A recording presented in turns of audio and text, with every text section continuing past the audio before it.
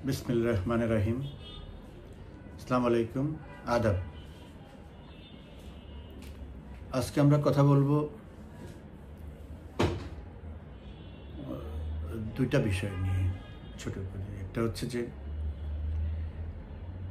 আওয়ামী লীগকে নিষিদ্ধ করার উদ্যোগ, আর একটা হচ্ছে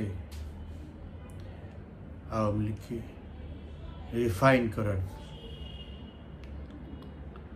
খায়েশ। আওয়ামী লীগকে নিষিদ্ধ করার যে খোয়াব তারা দেখতেছে, এটা আসলে অ্যাপারেন্টলি মনে হচ্ছে যে ওই সমন্বয়কারীরা এটা শুধু বলছে, আর বাকিরা কেউ চুপ বা কেউ মিনমিন করতেছে, কেউ তাদের সাথে একাত্মতা প্রকাশ করেছে। এটা আসলে এই যারা আছে বিএনপি, জামাত, ইউনূস সেন্টারের যারা পরিষদ আছে, তারপরে আপনার সমন্বয়করা, কিছু বাম দল, এদের সবারই মনের একটা সুপ্ত আকাঙ্ক্ষা, কেউ বলে কেউ বলে না, যে আওয়ামী লীগ যদি না থাকে তাহলে ওনাদের জন্য সব সমস্যার সমাধান হয়ে যায়। তো আওয়ামী লীগকে নিষিদ্ধ করা বা আওয়ামী লীগকে অস্বীকার করার অর্থটা কি?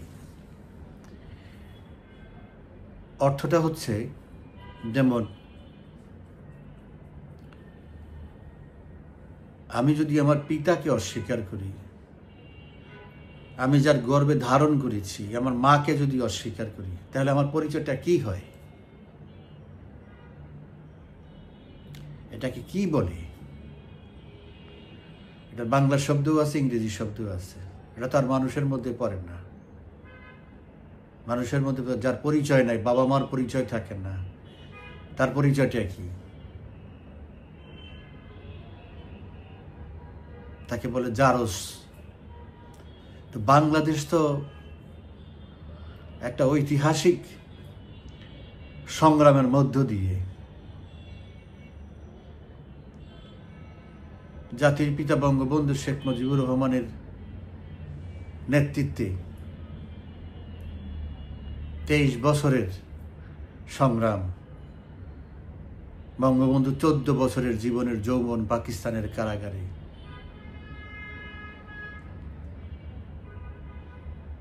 তারপরে রক্তক্ষয়ী যুদ্ধের মাধ্যমে বঙ্গবন্ধুর নেতৃত্বে, আওয়ামী লীগের নেতৃত্বে এই বাংলাদেশ স্বাধীন হয়েছে। তো তাকে অস্বীকার করা, সেই দলকে অস্বীকার করা মানে এই দেশকে অস্বীকার করা। তো এটা ওরা জানে যে এটা কোনোদিনও সম্ভব না, তারপরেও ওদের তো আর কিছু করার নেই।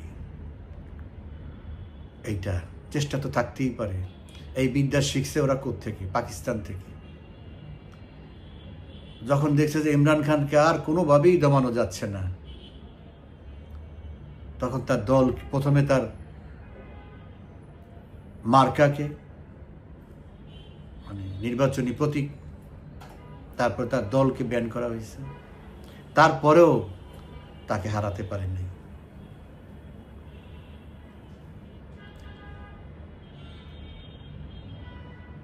তো এই যে খোয়াব ওরা দেখছে, এটা দিবার স্বপ্ন, যা কখনোই পূরণ হবার না।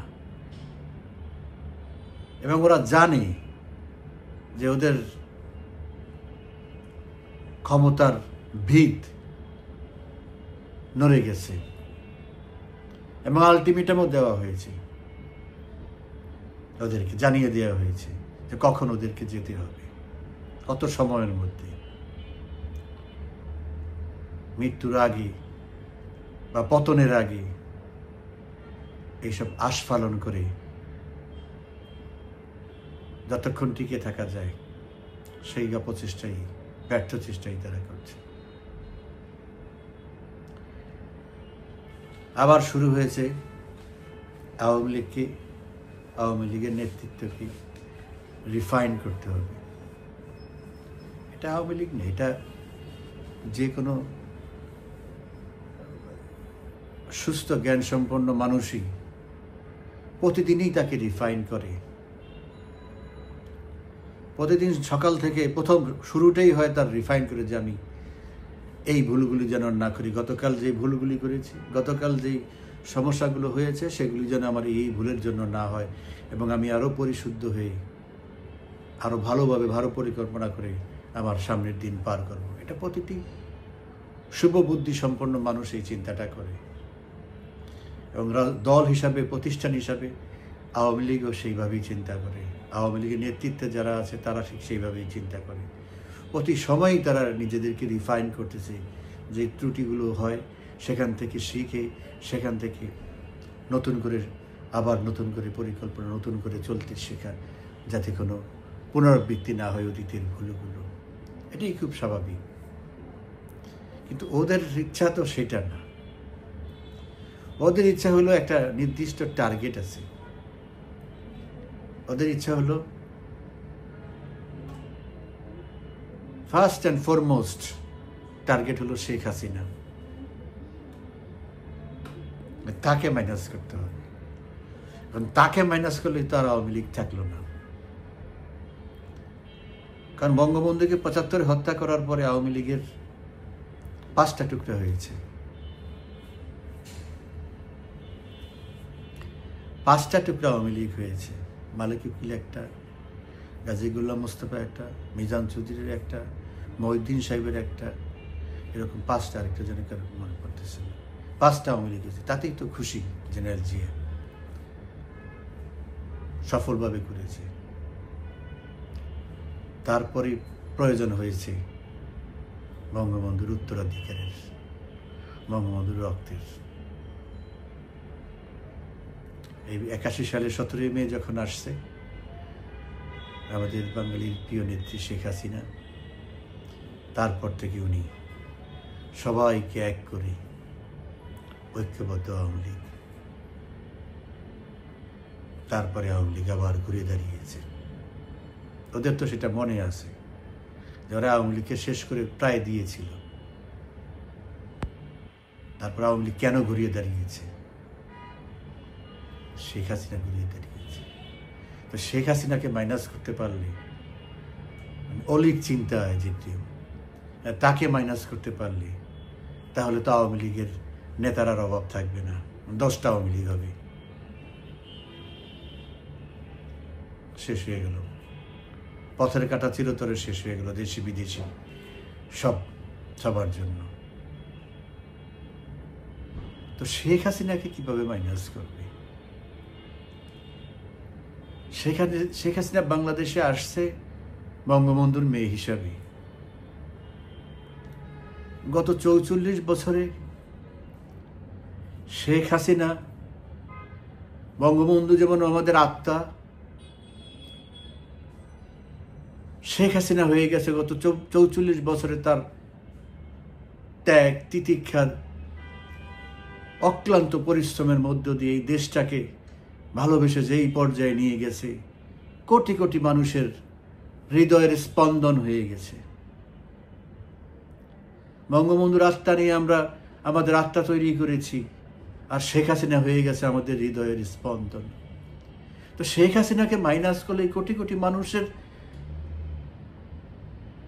আত্মা বিনষ্ট হয়ে যাবে, অস্তিত্ব বিনষ্ট হয়ে যাবে। এটা কিভাবে সম্ভব? এটা কি সম্ভব শেখ হাসিনাকে আমার কাছ থেকে, আমার হৃদয়ের কাছ থেকে দূরে সরিয়ে দেওয়া? এদেশের কোটি কোটি মানুষের হৃদয় থেকে শেখ হাসিনাকে মুছে দেওয়া? এটা ওরা কিভাবে ভাবতে পারলো যে শেখ হাসিনা জীবিত আছে, তাকে এই মানুষ দেশের কোটি কোটি মানুষের থেকে আলাদা করবে, তাকে মাইনাস করে বাংলাদেশে আওয়ামী লীগ নেতৃত্ব দিবে?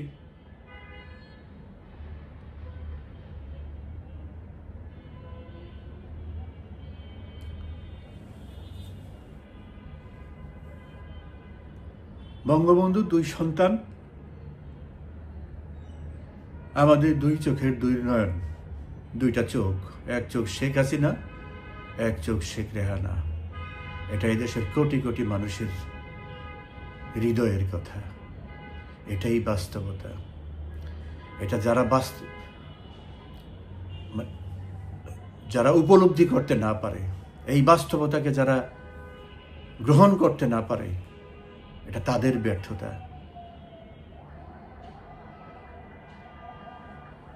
শেখ হাসিনা তো ইন্দোনেশিয়ার জাতির পিতা সুকর্ণর মেঘবতী সুকর্ণপুত্রী না, যে তার নামের উপরে একবার প্রেসিডেন্ট হয়ে তারপরে ব্যর্থ হয়ে আর রাজনীতি থেকে হারিয়ে গেছে। সেটা যদি হতো তাহলে ওরা খুশি হতো, ঠিক আছে একবার প্রধানমন্ত্রী হয়েছে, তারপরে তার ব্যর্থতার জন্য সে মাইনাস হয়ে গেছে, নিজে নিজেই শিখছে না। শেখ হাসিনার ফাউন্ডেশন হলো বঙ্গবন্ধু, জাতির পিতার কন্যা। কিন্তু আজকে শেখ হাসিনা দাঁড়িয়েছে তার নিজের কর্মের গুণে, তার অর্জনের উপরে।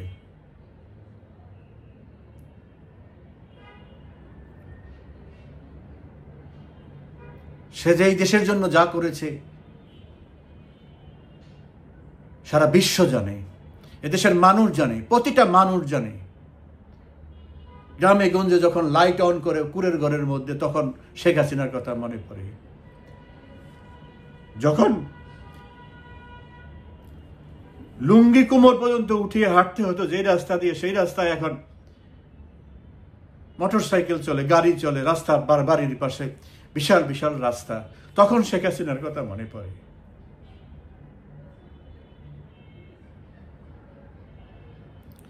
দেশের এক প্রান্ত থেকে এক প্রান্ত 4 ঘন্টায় চলে যায়, তখন শেখ হাসিনার কথা মনে পড়ে।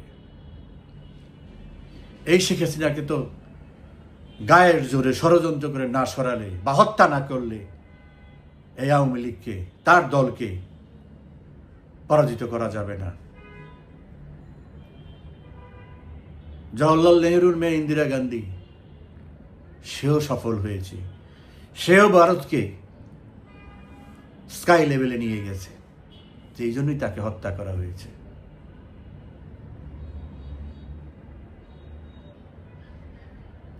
আজকে শেখ হাসিনাকে মাইনাস করার যারা চিন্তা করে, তাদেরকে অন্তত 10 কোটি মানুষকে মাইনাস করার চিন্তা করতে হবে। এটা কি সম্ভব? কখনোই সম্ভব না। তো যারা এই সমস্ত আবল তাবল আওয়ামী লীগকে নিষিদ্ধ করা, আওয়ামী লীগকে রিফাইন করার, who the hell are you? Awami লীগকে রিফাইন করার তুই কে? তোরা কারা? তোর নিজের খবর আছে? তোর নিজের কোনো পরিচয় আছে? তোর কোনো ট্র্যাডিশন আছে? তোর কোনো হিস্ট্রি আছে? তোর কোনো রেফারেন্স আছে? এই দেশের জন্য কন্ট্রিবিউশন কি তোদের? কোন সাহসে বলো যে এই দেশটা সৃষ্টি করেছে, যে এই দেশটাকে আজকে এই পর্যায়ে নিয়ে গেছে, তাকে মাইনাস করার কথা? কত বড় অডাসিটি! এদেরকে সমুচিত জবাব দিতে হবে, সমুচিত জবাব দিতে হবে। এবং বাংলার মানুষ সেইভাবেই প্রস্তুতি নিচ্ছে ইনশাআল্লাহ। এদেরকে জবাব দিতে হবে সেই দিন, যেই দিন শেখ হাসিনা ঢাকায় আসবে। সারা বিশ্বকে জবাব দিতে হবে, দেখিয়ে দিতে হবে যারা সচল আছে, আবাল বৃদ্ধ বনিতা, ধর্ম বর্ণ নির্বিশেষে যে যেখান থেকে আছে, আমি জানি না কত কোটি হবে বা জানি না কত লক্ষ হবে, সেদিন ঢাকায় এসে সারা বিশ্বকে দেখাতে হবে এদেশের মানুষ শেখ হাসিনাকে কতটা ভালোবাসে। সেদিনই প্রমাণ হবে শেখ হাসিনা এই দেশের জন্য কি করেছে, শেখ হাসিনা এই দেশের জন্য কতটা অনিবার্য, সেই দিনই প্রমাণ হবে। এবং সেই দিন বেশি দূরে না, অতি নিকটে আপনারা শুনতে পাবেন, দেখতে পাবেন, আসবেন, উদযাপন করবেন, উপভোগ করবেন, সারা বিশ্বকে দেখিয়ে দিবেন। এটাই আমার আপনাদের কাছে অনুরোধ এবং এটাই আমার কামনা, এটাই আমার বিশ্বাস। আপনারা সেই সাফল্য, আপনাদের সেই মনের যেই বেদনা, সেদিন আপনারা প্রকাশ করবেন, সব ঢাকায় এসে প্রমাণ করবেন আওয়ামী লীগ কি, শেখ হাসিনা কি, বাংলাদেশ কি। এটাই সত্যি, সেই প্রমাণ আমরা সেদিন করব। সেই দিন বেশি দূরে নাই, ইনশাল্লাহ অতি নিকটে। আজকে আর আমি কথা বাড়াবো না, এই বলেই আমার কথা আজকে শেষ করছি। সবাইকে আন্তরিক ধন্যবাদ আমার কথা শোনার জন্যে। ভালো থাকবেন। জয় বাংলা, জয় বঙ্গবন্ধু, জয় শেখ হাসিনা।